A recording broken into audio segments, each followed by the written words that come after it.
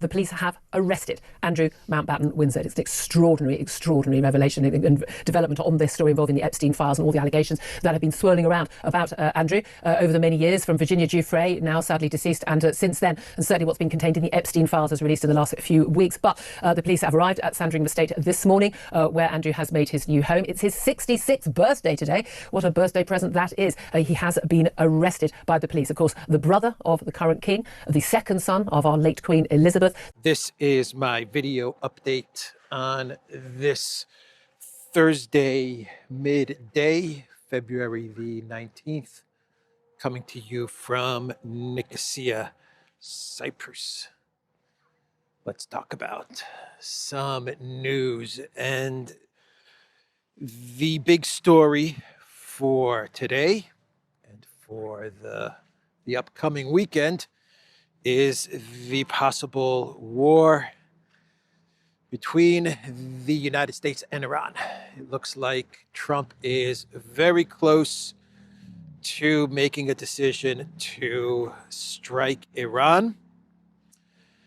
And we have military exercises in the Strait of Hormuz and in the Gulf of Oman by the Iran military. These exercises started on the 16th of February. They called these military exercises Smart Control of Hormuz Strait. And on the 18th, we had military exercises begin, naval exercises begin between Iran, Russia, and I believe China will be joining these exercises very soon as well. Smart control of Hormuz Strait. Iran is anticipating a U.S. attack, and we could be seeing the closure of the Strait of Hormuz. So the Wall Street Journal is saying that Trump has been advised by his military as to what strike options he has available. And the Wall Street Journal is reporting that the Trump administration might be going for a big decapitation strike to try and collapse the Iran government and get a regime change. We're talking about a weeks-long, maybe even more than a weeks-long military operation, which will target all of the Iran leadership, take all of the Iran leadership out, and this will lead to a collapse in the government and to a collapse of Iran. A full-on regime change from a massive weeks-long decapitation U.S. military strike. The Wall Street Journal's article is U.S. gathers the most air power in the Mideast since the 2003 Iraq invasion. The U.S. is ready to strike Iran, but President Trump hasn't yet decided to do so. According to the Wall Street Journal, Trump received several briefings on strike options, including a potentially weeks-long air campaign to kill scores of Iranian political and military leaders, with the end goal of toppling the government. Other options reportedly focus on nuclear and missile sites.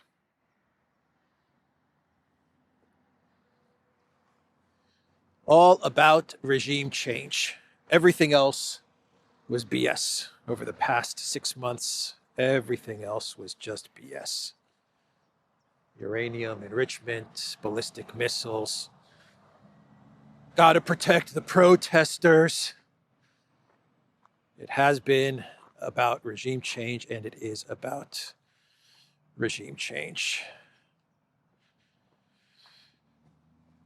And a weeks-long military operation, maybe even more than a weeks-long military operation.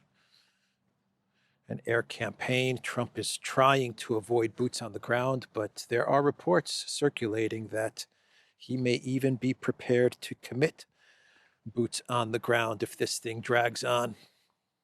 But he is going for the decapitation strikes, the regime change, which is Trump's MO. That is what Trump likes to do. He likes to go after the leadership. He likes to take out leadership, negotiators, kidnap presidents. This is the Trump military's MO. So Trump also posted on Truth Social that the U.S. may need the bases in Diego Garcia and the UK, the islands that the UK controls, and warns.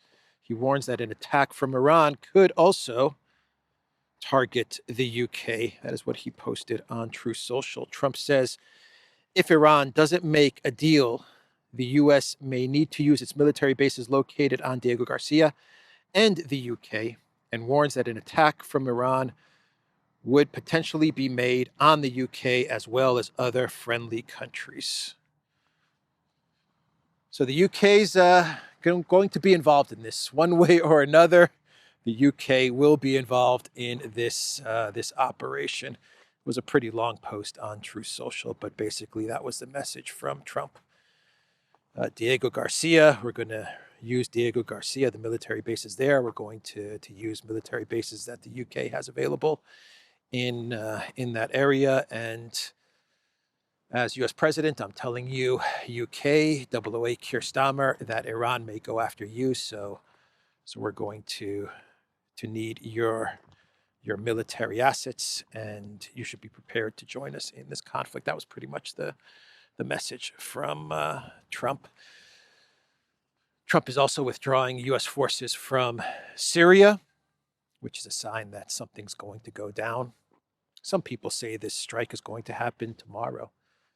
Other analysts say it's going to happen next weekend.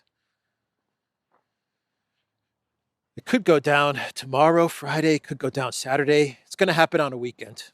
All these operations always happen on a weekend. So it's either this weekend or next weekend. We have the State of the Union address, which is going to happen on Tuesday. So I'm just trying to figure out, what do you guys think is going to happen? Will Trump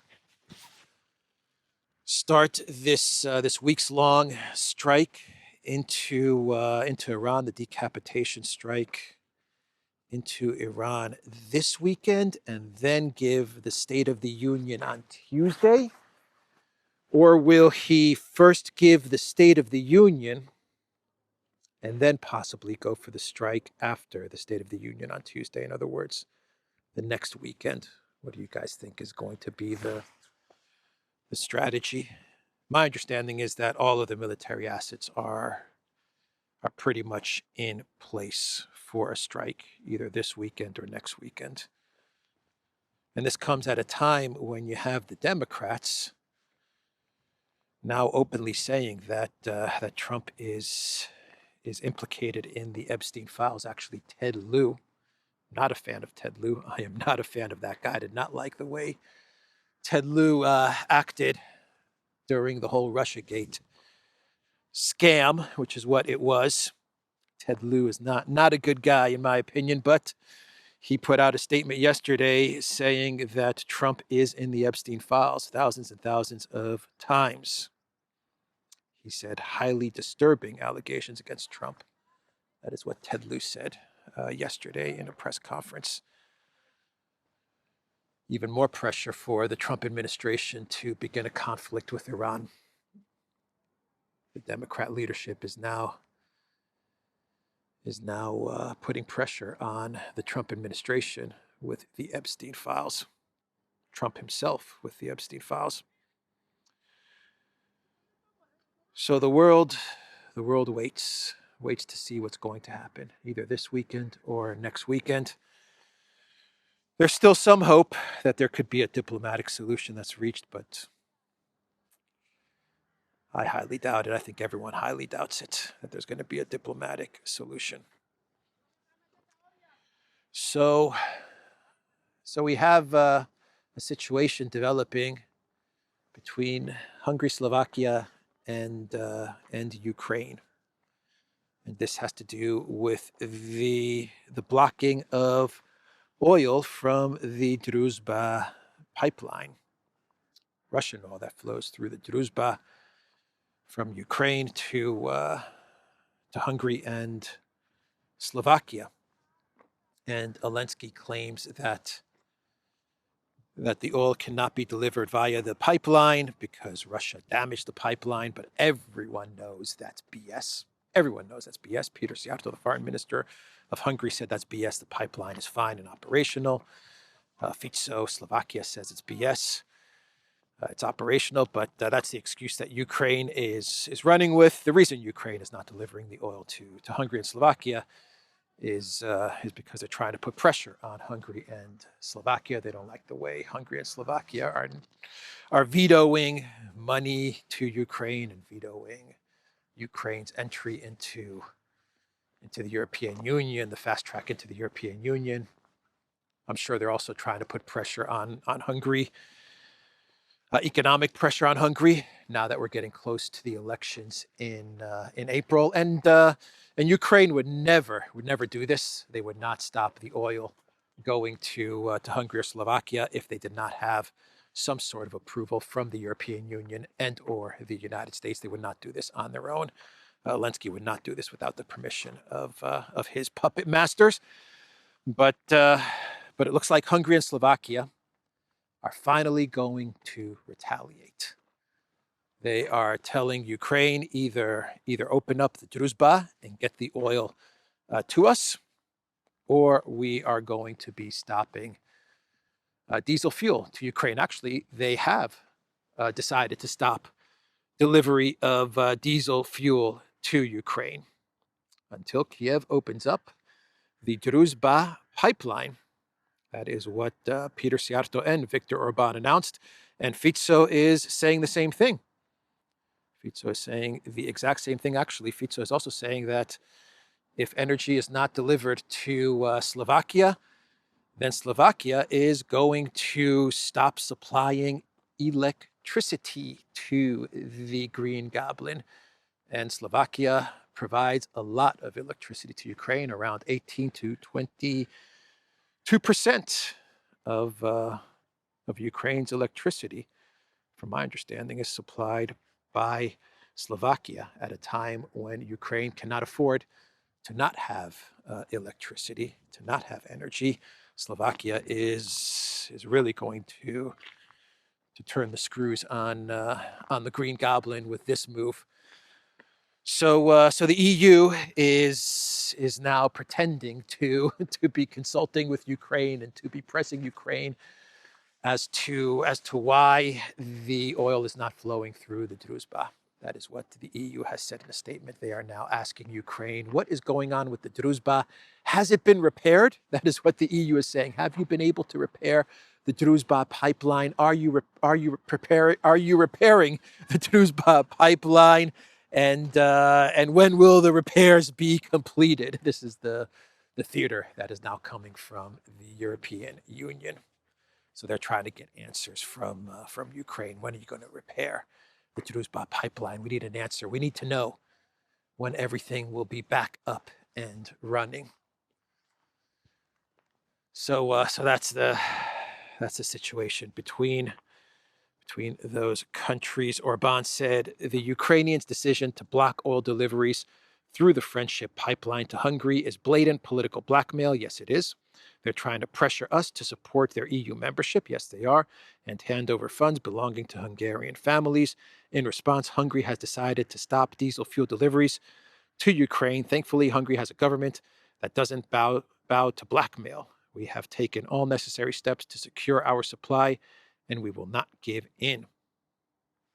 What they have done in the meantime, as they try to figure this out, as the EU tries to get answers from Zelensky about the Druzhba pipeline, what Hungary and Slovakia have done is they have requested from Croatia that Russian oil be delivered to them via the Adria pipeline, Russian maritime oil. There's a carve-out. There's an exception in all of the EU's sanctions against Russian oil.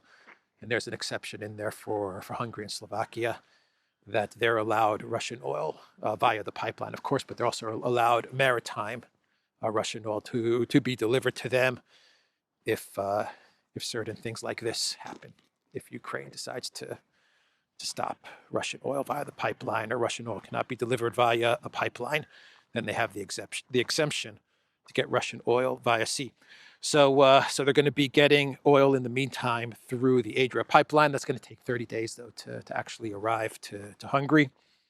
But that's the situation with that. And Politico is reporting that Ukraine is not going to get an invite to the next NATO meeting, which is going to take place in June, I believe, in Ankara, Turkey, I want to say. But we're seeing, according to Politico, a NATO 3.0 led by Eldridge Colby. And they're calling it a NATO 3.0, a NATO factory reset, reboot, reset of NATO. And in this reset, the U.S. is looking to cut down on its NATO spending.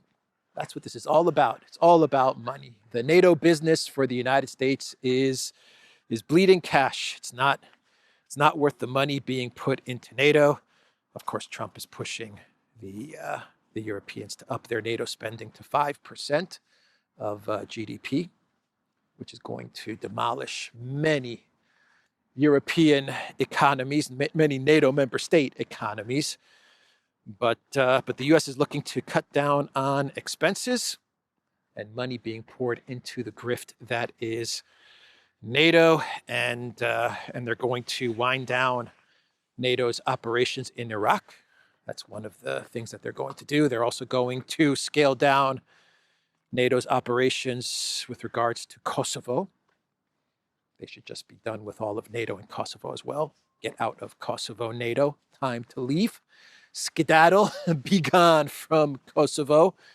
They are going to be gone from Iraq, or scale down in these areas. And they are saying that they do not want to expand NATO any further. No more invites to Ukraine, and also no more invites to NATO meetings for Australia, New Zealand, Japan, and South Korea. U.S. presses NATO for major reset, ending mission in Iraq. The push by Washington, which also wants to scale down peacekeeping operations in Kosovo, has become known internally as a return to factory settings, for diplomats told Politico. The U.S. is also pressing allies not to invite Ukraine and the alliance's four official Indo-Pacific partners, Australia, New Zealand, Japan, and South Korea, to the formal meetings at NATO's July summit in Ankara, the four diplomats said. July summit in Ankara, not June. So Kaya Kallas, stunning and brave. Can't get away from Kaya Kallas. She pulls me back in every time. Anyway, she has the concessions ready for Russia. The concessions demanded of Russia. I talked about this last week, that Kaya Kallas was going to present a list of concessions that EU member states are going to have to agree to, and that will then be presented to Russia in order to get to some sort of an agreement on the conflict in Ukraine. The losers' demands of the winner. The losers' demands of the winner. This is what Kaya Kallas has come up with. She's done with the list. She's finished it. All that's left now is for EU member states to look it over, I imagine to approve it. And then they're going to take this document and they're going to present it to Putin, to Lavrov, to Peskov. And I imagine that the Russians are going to get a good laugh out of this. I imagine they're going to get a really freaking good laugh out of this. So what is in this list? What are the concessions? A response to maximalist demands the EU has determined the concessions Russia must make regarding Ukraine.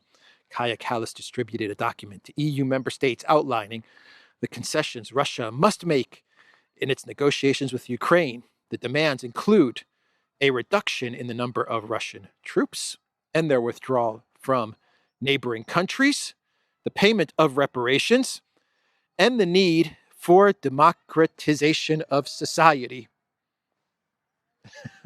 If I was Lavrov and I saw this document, I would say, okay, democratization of society. You go first, EU. You go first, European Union. First, you guys democratize, then we'll democratize. The unelected bureaucrats and technocrats of Brussels meddling in Romanian elections. Yeah, they're lecturing Russia about democratization. Okay, EU. Anyway, that's the list, everybody. Scale down your military. Pay us money. Give us money. Remove troops from neighboring countries, whatever that means. Ukraine. I don't know what other countries they could be talking about, but anyway. And democratization of society. That's the list of demands the EU is making to Russia, making to Russia.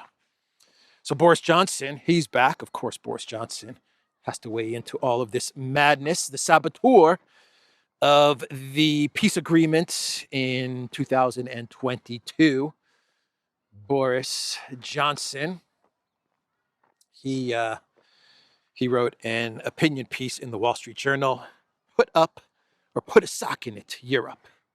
Boris Johnson is very upset with Europe. He claims in this article that the Europeans are complaining about Trump. They're whining about Trump and his position with Ukraine and his pulling back from the transatlantic alliance, or apparently he's scaling back from the transatlantic partnership and the NATO allies and all of this nonsense. And Boris Johnson is saying this is the time for Europe to step up. This is Europe's opportunity. So stop whining and start giving Zelensky money and weapons. That's the message from Boris Johnson. Oh my God, Boris Johnson. He refuses to go away. He will not go away. He just takes orders given to him from his masters. That's it. You are going to write an op-ed in the Wall Street Journal calling for Europe to continue to escalate and to keep the conflict in Ukraine going. All right, Boris? Yes, sir. I will get that article written up. So Zelensky was on Piers Morgan. I think Piers Morgan and Boris Johnson are the only two people in the world who still actually genuinely believe that Zelensky is Churchill. I think those are the only two people in the entire planet. Maybe Kaja Kallas. Those three. I don't even think Ursula believes that Zelensky is Churchill anymore. So I would say those are the three people on planet Earth that still actually believe that Zelensky is some heroic Churchill figure. So, of course, establishment media figure, Piers Morgan, who has the YouTube show Uncensored, tries to make it appear as if he's some independent media outlet, independent media journalist, when he's always been establishment media. Anyway, in my opinion. Anyway, he had the Green Goblin on. Of course, he had the Green Goblin on because everything is falling apart for Le Gobelin Vert, and Le Gobelin Vert needed some friendly media to speak with. And so who else than Piers Morgan to appear on Piers Morgan's show? And I'm not going to go through the interview. It's pretty tough to watch Piers Morgan without Le Gobelin Vert. To watch Piers Morgan with Le Gobelin Vert, well, that's just torture, isn't it? What I will say is that Le Gobelin Vert, he has discovered the word shit. He really likes the word shit. He said it the other day in an interview with Axios. I don't want to hear about Medinsky, negotiator for Russia. I don't want to hear his history shit. And he said it yesterday with Piers Morgan. He got the script. He's reading his script, and his script is saying to to talk about shit, the shit of the historical shit from the lectures of Putin or Medinsky. That's what the scriptwriters have ordered Zelensky to say. And so that's what he's doing now. He's appearing on shows and talking about history and how he doesn't care about history and shit. That's what he told Piers Morgan. Let me read you his quote.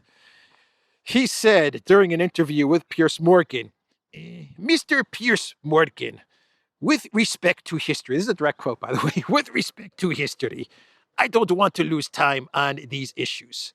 It's not even interesting for me why he began this war. I don't want to speak about it because I don't have the time. I don't need to waste time on historic issues, reasons why he began war and all the bullshit he is raising with the Americans, etc., to end this war and to find a diplomatic way. I don't need all this historical shit, really. Oh, what a clown show. What a clown show, man. I'm so tired of this shit. I'm so tired of this shit. I really am tired of this shit. So that's Zelensky. That's Zelensky. Podolyak, what does this word shit? What does this word mean? Mr. President, how do I explain this word to you? Let me show you this emoji, Mr. President, and I think you'll get it. You see this emoji? Oh, yes, I know this emoji. This is what shit is. I like this word. Yeah, I will use this word. I will use this word. I have no time for this history shit. Yeah, that's Zelensky. Everybody on Piers Morgan. Piers Morgan. Putin. Putin. Pierce asked Zelensky about Putin trying to kill him. Yeah, right. As if Putin wants to take the most incompetent leader in all of history out. I mean, why would you want to take out Zelensky? The guy is beyond incompetent. You want to keep him in there, right? But anyway, Piers Morgan is now trying to push the narrative that the Russians are trying to take out Zelensky, right? I need guns, not a car, not a plane. What did Zelensky claim to say in 2022? I need guns. I need bullets, not a plane, not a car. But Piers Morgan asks, Putin is trying to kill you. What do you think about that, Mr. President? Piers Morgan can't say Putin. He says Putin. Putin.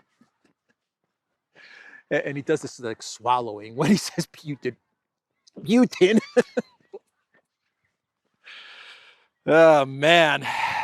It was the Dumb and Dumber show on Uncensored. Anyway, during the negotiations, let's get serious again. During the negotiations yesterday in Geneva, I talked about how there was this 2-hour meeting behind closed doors. Actually, there was a little over an hour meeting with everybody. Then the Russian team was about to leave, but for some weird reason, Medinsky went back to the hotel and he had a closed door meeting. My understanding is that the U.S. was not in the room. It was between Ukraine and Russia. And the Ukrainian media is saying that behind the closed doors, it was Medinsky, the Russian chief negotiator, with Umerov, the Ukraine chief negotiator, and Arachamia, who is the leader of Zelensky's Servant for the People party, and he's also one of the negotiators. Those were the 3 people in the room behind these closed doors. So we had Tucker Carlson going to Israel to interview the U.S. ambassador to Israel, Mike Huckabee. Mike Huckabee is a big-time supporter of Netanyahu, and they got into it over on X about a week ago. They got into this back and forth on X, and then Mike Huckabee suggested to Tucker Carlson, "Why don't you come and interview me, and I'll tell you what's really going on," or something like that. And Tucker Carlson said, "Done." And so Tucker went to Israel, and he conducted this interview with the U.S. ambassador to Israel, Huckabee. And Huckabee used to be I think he was the governor of Arkansas, wasn't he? think it was Arkansas. He was either the governor or senator of Arkansas. And his daughter was in the first Trump administration. She had the position that Carolyn Levitt has today, the press secretary or something like that. Anyway, Sarah Huckabee.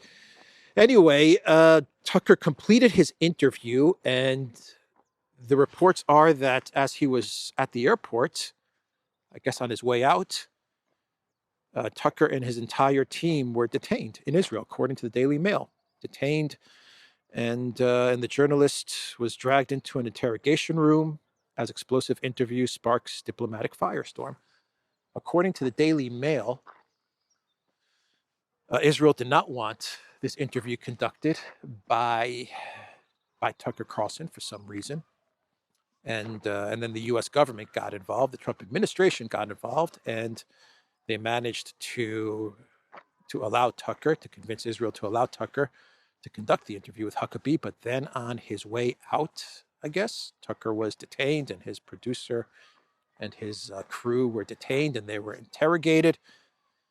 And then Tucker posted on social media that he was allowed to finally leave, and he was on his way back to America.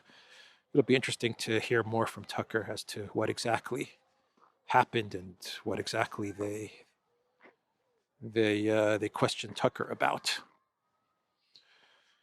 So a very creepy incident, a very weird incident happened at the White House yesterday. Trump was talking about 9/11 with Lutnick standing next to him.